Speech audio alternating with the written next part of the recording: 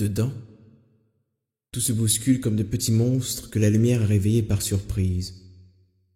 Ce sont les seules indications que Makuvia Coucou Ferdinand m'a données à propos de son exposition à la galerie Sator. Dedans, tout se bouscule comme de petits monstres que la lumière a réveillés par surprise. Je n'ai que cette indication et elle n'a que moi pour réussir à débrouiller une histoire. Ferdinand, ne me donneras aucune piste et me laisseras dans la nuit là où les enfants jouent à se murmurer des secrets et des interdits. Dedans, tout se bouscule comme de petits monstres que la lumière a réveillés par surprise. Est-ce la première phrase d'un récit ou une ligne au coin, glanée au cours d'une lecture? Si oui, pourquoi cette ligne? Ou bien, mieux encore, est-ce la trace d'un conte oublié? Cette phrase est comme une île que l'on pense errante sous laquelle somnole un sous-continent.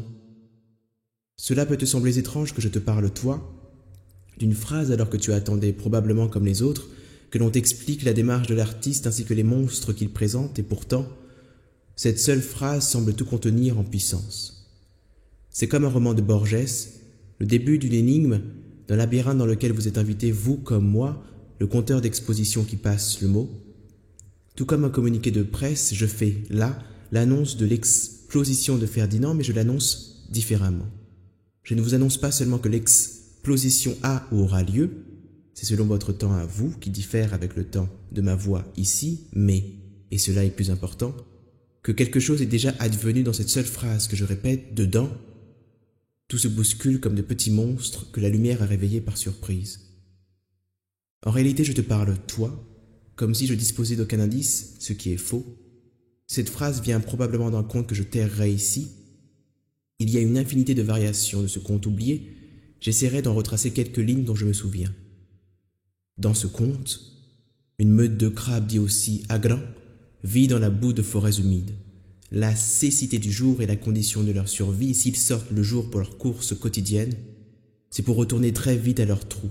On voit très souvent leur carcasse brûlante sur le sable. Ces crabes vivent dans la disparition, on ne les voit presque jamais si ce n'est par fulgurance. Un avant-jour, des mains les capturent et les condamnent à vivre dans un panier qui est fausse nuit. Depuis, ils somnolent loin des vents, des eaux et des boues humides. Ils somnolent totalement dépossédés jusqu'au jour où, dedans, tout se bouscule comme de petits monstres que la lumière a réveillés par surprise. Peut-être que cette phrase de l'explosion est la fin d'une histoire et le début d'une autre. Toute exposition existe aussi de manière virtuelle et nous en venons toujours à rêver les monstres de l'artiste, que ce soit avant ou après les avoir vus, il ne nous reste que des souvenirs. Et ce souvenir n'est pas moins réel que le monstre, les deux se mêlent et s'en mêlent comme le tombolo de ma voix qui hante tous les temps. Le critique d'art signe ici son texte, Chris Cyril.